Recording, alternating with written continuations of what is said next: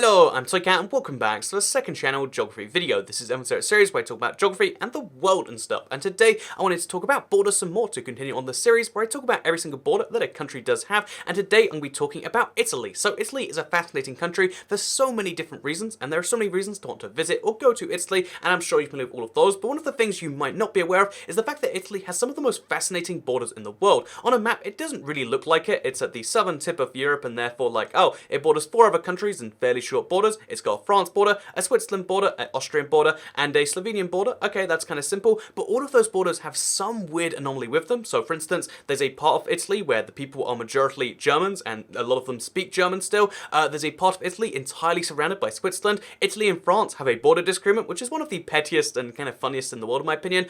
We also have 2 countries which are entirely surrounded by Italian territory, again, the most of any in the world, and that means that Italy is responsible for the creation of not only 2 microstates, including the smallest country in the world that barely meets the criteria for lots of countries, but still is a country, but it's also partially responsible for Monaco, and if you consider Malta to be a country, it kind of has a role to play there. Italy is a fascinating country in terms of its territory, and although I'd love to spend a whole video talking about all the other stuff, like city-states in Italy, really cool example of self-governance from an early stage, Italy is one of the reasons we have the banknote in Europe, and it's a huge economic leap forward because of that. There are so many things to talk about Italy, but let's dive into all of the borders, as we like to do in this series, and I guess, let's just dive straight into it by talking about the fact that all of Italy's borders are really well naturally defined, and on a map it doesn't look that way. When you see a flat 2D map like this one, or even a satellite map, you're like, okay then, so Italy, it's at the southern tip of Europe, but this north bit, this looks really undefended. I don't get why there's so much, money up here, why so many of Italy's richest cities are found in the north, because it's a really kind of dangerous place, right? Like, look at all this danger, they're just right next to France and Switzerland and Austria and Slovenia, but the truth is, all of these northern boundaries, the ones with other major powers, let's just call them major countries for now, all of these borders are kind of defined by the fact that if you look at a terrain map, for instance, you can see they're all defined by mountain ranges for the most part. Again, there's kind of exceptions here and there, but it mostly is the mountain ranges are somewhere on that border. Mountains are a great natural defense because obviously getting troops or tanks or whatever else up and down the borders is very, very tricky. So this defines most of their borders. You can see there's a little bit of an exception down here, but most of Italy's borders are defined by mountains. So the obvious question isn't like, okay, so why does Italy have the borders that it does? Because simple answer is like, well, because that's the pretty natural place to put them. On a satellite map, it's even more clear where you can see like, okay, mountain, border, they line up pretty well, but the places they don't line up perfectly well, the places where there's lots of weird anomalies, are the places I figured we should talk about in this border video. Like, let's start, by the way, by talking about Italy and France, because Italy and France have a really interesting border, which is easiest described as like, oh yeah, the border exists because Italy used to be a lot bigger to the west than it is right now, and it had to give up a couple, or it didn't have to, but it decided to give up a couple of provinces to France, including, where Nice is currently today. Let me show you a handy little map of that. As you can see, the Commune of Nice has been given to France in 1860, as well as the Duchy of Savoy. This is part of the kind of conditions for Italian unification, because like I said, Italy unified a lot later than most other European powers. One of the concessions to make France be okay with that was to give them Savoy and to give them Nice. So Nice to this day, despite being a really famous French city, has, the people there, at least a number of them, are of Italian heritage or speak Italian. Italian is still a minority language. Same with a lot of people in Savoy, and that's a fascinating kind of element of France you might not realize. Like, you assume France, everyone there speaks French, and they do because it's useful in that way, but there's also a lot of kind of minority stuff towards the border. So it's worth noting that defines most of their border, and that should be as simple as like, so what's the border? Well, the old border between Sardinia and now Italy and those 2 communes is now the border between France and Italy. Easy as that, except wait a minute, France and Italy, they've got a border dispute. So again, covers some mountains, pretty easy stuff, because again, very mountainous region of Europe right here. However, when we get to Mount Blanc, we have a really interesting situation where we have one of the, again, border anomalies in Europe you might not be aware of. It's a small border dispute, and it seems really, really, really small on the surface because it's literally a mountain being separated by this much. This is the disputed territory where, France thinks that it goes this further into the area, and Italy thinks it owns all of there. So this is the area that is claimed by both sides, this is the area claimed by both sides, and this over here is the area claimed by both sides. Why are they disagreeing over such a tiny amount of a mountain? And the simple answer to this one is because they've signed multiple treaties, with treaties effectively making other ones, kind of null and void, and there's a kind of confusing mess of like, which set of treaties is valid?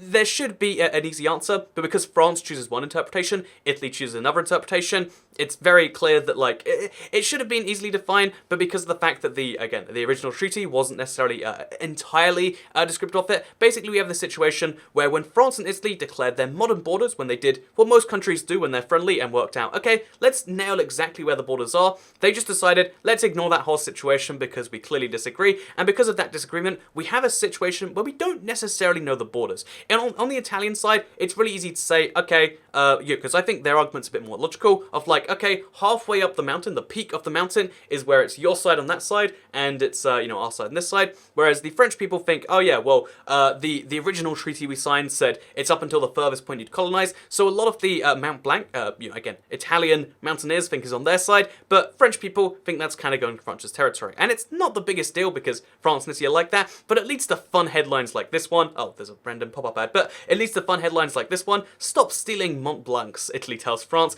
and you just get stuff like this every now and then, where even to this day, like, again, the countries probably should have nailed this. They have a lot of cooperation around the border, but they like to have a fun back and forth about this territory they both disagree on. And again, it's not going to start World War III, it's not going to start any fun war. Eventually, they will just nail this together, but even today, even the current, Italian Prime Minister is kind of being there like, no, this is our territory, and France is doing the exact same thing where they just ignore that and say, well, that's our territory, that's what we say, and yeah, let's hope that doesn't go bad places. Then we have the Italian, Swiss, and French, your kind of tri-point border, which is a fun place if you like tri-points. It's one of the least reachable tri-points in Europe because of the mountain status and the fact that it's nowhere near any cities or towns, but if you want to go mountaineering to find a tri-point, you can do it. Wouldn't recommend it, but if you want to go east of that, mountain, then you'll find the border between Italy and Switzerland. So it's worth noting that even though there is an Italian-speaking part of Switzerland, most, or a decent amount of Italy that is bordering Switzerland, borders French Switzerland, to keep things simple. So this territory right here, you might assume like, oh, there's that fun blend across borderlines, but no, it's French up there, and it's Italian down here in language, as well as, it's interesting when it comes to Switzerland, it has that weird language split, and one of the things about this that I find interesting is the fact that, as well as the fact that they have that divide along the border, they also have one of the few borders where, because it's the Alps, the Alps are the most famous mountain range in the world, perhaps, the Alps, interestingly enough, have a few situations where you can where you can ski on both sides of the border. So this is somewhere I actually looked into going, just because, I like borders, so I'll tie borders into my skiing adventures. So this is a place where there is a ski resort on the Italian side and a ski place on the Swiss side, and they have like an integrated system. So if you want to go skiing in the afternoon, and let's say on the Swiss side, but then in the evening or in the morning, you feel like, actually, I could do some Italian skiing, you can totally do that. You can ski up and down, go from one country to the other, and how many borders can you cross by skiing? Not very many. And the reason this is possible, by the way, is because Italy and all of its borders are either part of the Schengen area, or, including Switzerland, by the way, despite their their EU reluctance, let's call it, or they are unofficially part of it, which means Italy doesn't have any border controls, which means, which, again, a whole separate thing, except for its coastal borders, of course, but Italy's land borders don't have any border controls, which means you can ski over to Switzerland if you want to, entirely legally, which is super... I don't know, it's a little bit strange, right? I'm excited to see how it actually looks when you go there. Again, there aren't many connections, and it is like they do treat them as like separate entities. There's an Italian ski resort and a Swiss ski resort, entirely separate. They just happen to go to the same mountain peak, and it's kind of interesting in that way. So, yeah, with that said, if we go further east, you'll notice something really odd about the Italian-Swiss border, at least I do, because every single one of these like juts in and out has some history to it, but the one with the most interesting history is the bit where you can see right here, where, again, it's following the Alps along, and suddenly it juts out well, Switzerland juts out well into Italy, and this area right here, it's just like, why is there like almost like a panhandle kind of thing going on in Switzerland here? And it's a really interesting story because there's two parts of it. The first part is the kind of like, so let's call it the canton right here. The first part is to do with Lugano. The second part is to do with the part south of that, which includes, by the way, Italy's Enclave entirely inside Switzerland. There is a part of Italy surrounded by Switzerland, and the reason it exists is because this whole territory, half of it, was given to Switzerland by the Pope. Again, this is a broad simplification, but it's pretty much true. The Pope gave Switzerland some territory in exchange for them fighting in a war that the Pope was on board with them fighting in. Sounds strange, real thing. just about. Look into it if you want more details, but genuinely happened. And then the north half, Lugano, is again, it's like it used to be a canton, now it's like a part of another canton. And the city of Lugano, which by the way, largest Italian-speaking city outside of Italy, was being fought over by Como and by Milan. And eventually the solution was, why don't we go independent? And that kind of worked. And then after going independent, they eventually joined Switzerland. So when these two places joined Switzerland together and formed a nowadays canton, one of the Italian-speaking cantons of Switzerland, the people of Champion d'Italia, which was just called Champion at the time, d'Italia was added by Mussolini to make them feel more Italian and to really strengthen the territorial claims. The people of this village, because they spoke Italian and felt more of a connection to Lombardy, which was, let's just say, Italy on the outside world, they were like, hey, you're joining Switzerland? Could we not do that, Switzerland? Could we kind of be could we avoid that? And because Switzerland, one of the things I love about Switzerland is their, I guess, kind of commitment to democracy in that way, where they're like, you don't want to join Switzerland? You're not. Even though you're literally going to be a tiny town entirely enclaved in Switzerland, sure, if you don't want to join Switzerland, we don't want you in Switzerland. We're just good guys like that. Again, they're like the good guy at the party who saves you in that way. And yeah, so long story short, Italy now has a little town which is entirely surrounded by Switzerland, but functionally speaking, it's Switzerland. It's, so by the way, in case you're curious, they added, again, during Mussolini's reign, they changed it from just being a basically Swiss village into like a, it looks like it's Italy inside of Switzerland. So you can see there's like a, there's Italian flags at the entrance. It's very clear you're leaving Switzerland, entering it's Italy, which means technically speaking, entering the EU, although not for a bunch of different purposes like VAT. So taxes are super low here. There's a casino that makes most of the money. People go here realistically because they want to go to the casino, which is where most of the money's at. It's 9 stories tall. It's Casino de Champion. And just long story short about this place, or Championa, I think it is. Long story short is it's just a exclave of Italy that, functionally speaking, works like Switzerland. The Swiss fire service go there. The Swiss ambulance go there. If you get ill, you go to a Swiss hospital. There's no way to leave this place without going via Switzerland. The Swiss franc is the widely used currency. The Swiss dialing code is the widely used dialing code. However, Italy does have sovereignty over it, which means the Italian police control the laws, and there's a few other Italian examples, which means that it's the weirdest corner of the EU entirely inside Switzerland. Switzerland had a few of these because Switzerland's just a bro about like, oh, you want to, keep being a part of another country? We'll let you do that. And they'll even be super useful about it. Again, letting them use the Swiss Postal Service or the Swiss, hospitals or anything else. And I find that to be either really cool or just one of those weird parts of Switzerland where like, oh, there's a bit of Italy inside Switzerland and it's there partially for tax reasons these days. Odd thing, but that's Switzerland and that's a thing. By the way, the Papal States, in case you don't believe that, like, how did the Pope give territory? The Pope used to own a lot of territory. Here's one of its smaller extents. In Italy, one of the unification of Italy happened partially via the Pope's personal territory, because at one point it was just accepted that, like, oh yeah, the Pope is the spiritual guy that just also owns like a country. Is that good? And actually, that's kind of true today. But we're getting ahead of ourselves because if we move along the border to the Italian-Austrian border, we find something really which makes some small number of people on the internet quite bitter. Again, it's a small percentage of the actual people living there, because the historical region of Tyrol, horrible at pronouncing this one, I'm sorry. The historical region of Tyrol is actually divided between Austria and Italy these days, and the reason for that is because of World War One. Italy joined World War One. By the way, it's worth noting, Italy and Austria, despite being allies in numerous different situations, Austrians and Italians have this weird, used to have this kind of weird animosity towards each other. Like, they didn't really get along, to say the simplest stuff.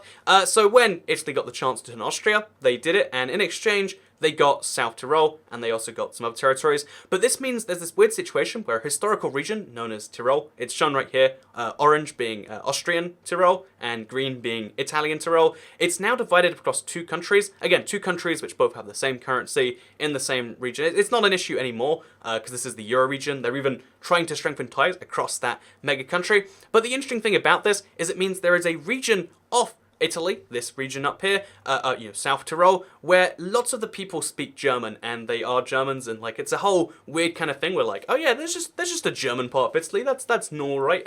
And yeah, the thing is though, on the internet, people get really angry because there are some, especially Austrians, who are very hold on to the fact that no, it's still Tyrol. There's no South Tyrol, North Tyrol, there's all of it, and then there's the part Italy is still occupying for 100 years now. However, most people to this day, again, the majority, not necessarily like everyone, not even necessarily like 99% of people, but most people seem to just accept like, oh yeah, there's an Italian state, there's an Austrian state. There's not too much of a difference between the two because your locality matters more than anything. And yeah, there's this weird situation where there's a German part of Italy, and it's just kind of like, oh yeah, history, that's fun, we'll keep that going. And yeah, so today they strengthen cooperation across the borders, and it means that Tyrol, the people kind of feel more Tyrolean than either Austrian or Italian.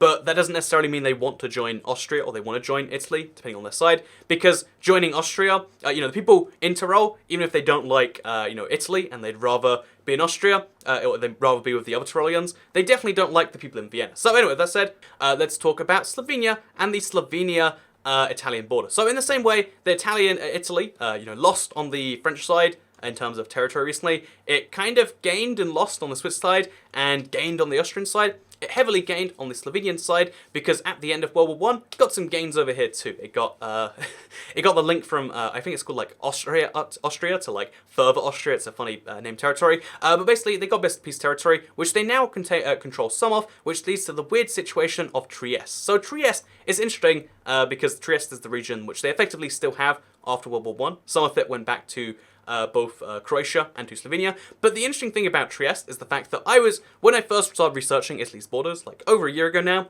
Trieste was a province of Italy, and this is what it looked like. This is the province of Trieste. There's a bunch of fun facts about the province of Trieste, which is now the historical province of Trieste. This doesn't exist anymore. It stopped existing as of exactly a year ago, a year and like 2 days ago, September 30th, 2017. This stopped existing and became a part of I'm not going to say the name, but it became a part of this huge area right here because Italy reorganized its provinces. Fun fact for you right there. But yeah, there's a bunch of fun facts about this place, such as the fact that there is a really heavy Slovenia minority. Used to be a lot more, but even now it's like roughly 10% of people are Slovenian, speak Slovenian as like one of their primary languages, and it's super strange that like, oh yeah, it's just a Slovenian part of obviously right there, with a really low population density, which at one point, by the way, this one city, Trieste, had more Slovenians living in it than the capital of Slovenia, which, just weird thing where, like, populations in the countries don't always line up as much as you expect, and one of the weird expectations of this is Trieste. And this is also why Italy has one of the weirdest kind of just tiny borders, because, again, it doesn't make sense when you think about it on a map. It looks horrifically undefensible and like it shouldn't make sense, especially when you hear about the minority kind of thing, but then you're like, oh yeah, well, mountains, I guess. Okay, and that's also why most of the Slovenian, I guess we go back to satellite view quickly.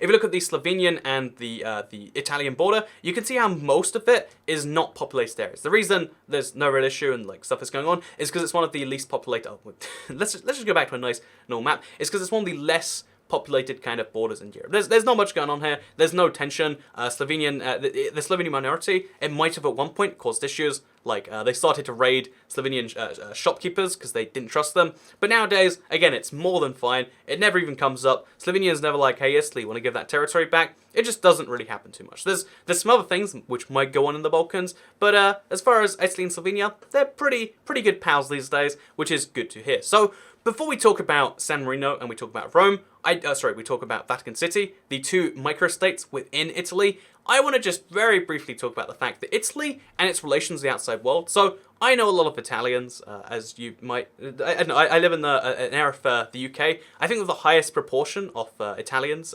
Like most of the people growing up were just Italian. To me, I assume that was normal. Like, oh yeah, so like everyone's Italian, right? Like half people, they're either Italian or they say they're Italian. Like the first girl that I accidentally tried to ask out and then didn't ask out because there was a miscommunication or whatever. Fun story right there. She was Italian. There's just like long list of friends that I still have to this day. They're just Italian. It's just like one of those weird things.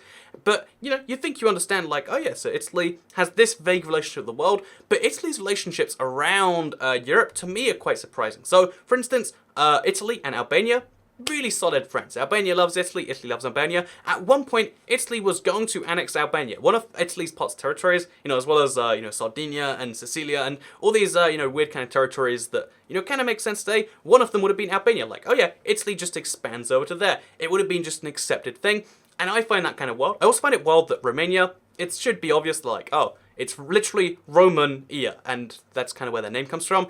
Because even though Romanian is like way out there, it has a connection to Italian, and therefore Romanians can learn Italian really easily. So there's a lot of Romanians in Italy, and there's like a connection going on there. It's kind of weird that like a lot of the relationships you'd expect between Italy and the outside world aren't quite how you'd expect them. And interestingly enough, the border between Italy and former Yugoslavia, which was, which should have been part of the Enclave because it was a capitalist country and a communist country, was one of the most relaxed borders between two different systems like that, partly because Yugoslavia was just really open compared to, let's call it the Stalinist countries, and partly because, they just had a chill border, and, points to Italy for that. But to go back, I was going to say take away points from Italy, but to go on to the big last examples here, I wanted to talk about San Marino, and I want to talk about the Vatican City. So San Marino is a really weird example of a country again, where it's just like, how does this happen? And I think the example of all three of the weird Italy examples in other countries are just like, the Pope did it. And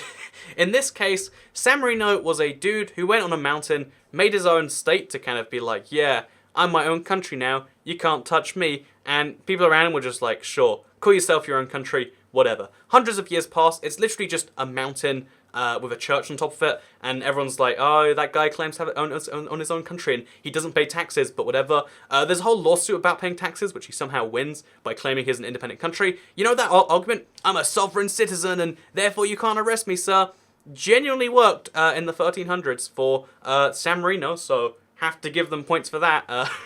It has, even though all those videos where you see sovereign citizens, it doesn't work, San Marino got away with that argument, and even because after that, even though the Papal States, basically the Pope, didn't recognize San Marino as existing because it was their territory, can't claim a country here, San Marino eventually helped out the Papal States, the Pope, let's say, and the Pope was like, here, have some territory in exchange, and they got some new territory, but the Pope was like, but we don't recognize you. You can have this territory, but we don't recognize you. So that's how San Marino got to its current size, a lot bigger than a single mountain, because they got given some territory. And then later, the Pope was just like, hey, we'll recognize you. We basically did when we said you didn't have to pay taxes, and when we gave you land, and when you helped us out, and we had a relationship. But now we'll formally recognize you. Lots of other countries did. And that's how San Marino, one of the smallest countries in the world, doesn't have an airport, has a population of just over 30,000, and manages to exist. Very, very tiny country, very weird country. And just for some fun facts, because I always give the fun fact about there's more cars than people in San Marino. Here's another fun fact. San Marino was quite famously neutral during major war. It's neutral during everything. Like, what power does San Marino have to fight a war? It's not very much. And what interest does it have in fighting a war, given that its only neighbor is Italy for a very long time? Not very much. So with that in mind, let's talk about the fact that during World War II, it was reported by, I think, the New York Times, that, oh yeah, San Marino has a declared war on the UK alongside Italy. Like, they're just like, Italy and San Marino have declared war on the UK, and they just wrote an awkward letter to the UK saying, we have not declared war on you. Sorry about that. And how many times in history do you have to be like, oh, this newspaper accidentally claimed we declared war, let's send them a letter, make sure they know we didn't. Like, it wasn't an issue for them whether they didn't, and yeah, weird situation. San Marino didn't declare war on the UK, and they wanted to be clear about that one, which I think is fun. So next up, let's move on to the Vatican City, the smallest city, the smallest country on Earth. It's I guess it's a reasonably sized city. It's actually quite small, and one of the richest, one of the weirdest countries because they only have diplomatic passports. There's no regular passport for this country. It's just the fancy additional level kind. Weird stuff. A country that's barely a country, doesn't really want to be in the UN, it's like an observer. It doesn't exist as a country in most ways. It's basically just the, so Mussolini and, it was a long kind of, when Italy unified, they're like, okay, we're going to take Rome and make it our capital. Rome was under the Vatican's control at the time, and even when they took Rome, he's like, well, I'm not leaving my city. So there was this awkward standoff where the Pope claimed he owned Rome, and because he had the religious following, that kind of had some weight, and Italy said they owned Rome, and Italy, they owned Rome, and eventually, I think it was with Mussolini, he just eventually said, hey, we'll recognize you, but just chill and all this sort of stuff. He had a few demands in exchange, but just, we'll recognize you as a country, do all those sorts of things. They recognize him as a country, and the Pope is directly responsible for the smallest country in the world. It made the weirdest exclave of Italy. They recognized the strangest little, enclave in Italy, and they also got themselves one of the smallest countries enough that really shouldn't be a country. It messes up the whole system of what is a country when the Vatican City is allowed to be one, because like they don't really do anything. They don't really have like economic activities beyond that whole drawing in money from the rest of the world. And yeah, the Pope has a country, but really it's just a part of Rome that they have sovereignty over. But you know what? That's what country means these days, and that is how Italy, that is how the Vatican City is bordering Rome. By the way, the borders are defined as the walls they built to kind of like protect themselves from the rest of Rome. And although the walls aren't always there today, that does still mean that you can see in most parts there's like a huge wall between Rome and between the Vatican City. So yeah, if I can find it correctly, there we go. As you can see, huge wall, and a lot of tourists apparently around their city. How many walled countries? You know, I'm just saying, Vatican City, they built a wall, and it does keep... Actually, there's an opening in the wall. They don't keep anyone out. But yeah, with that said, I hope you all enjoyed today's video. Let me know what you think about the border series. You want to see more of these? Because there's a couple of countries I've been working on and then been like, oh man, there's so many little nooks and crannies to dive into. That's why I wanted to dive into Italy, because their borders, it's like, you know, how do you define Italy's borders? Mountains. And then there's fun facts on top of that. Whereas so many of the things, like, you can dive endlessly into every border around the world. I hope this was a fun, concise breakdown of it. Or maybe you do want to see, like, the return to 40-minute videos where we dive even more in depth. Let me know what you think, I guess. Comments down below. Check the description if you want to discuss this on Reddit. And maybe if you have a correction, I'll pin it to the top. I like to pin corrections. And overall, I guess I hope you'll enjoy the video. Check the description. I know people don't do that on YouTube, but please do. And I'll see you all in another video. But for now, second channel, don't care. Goodbye.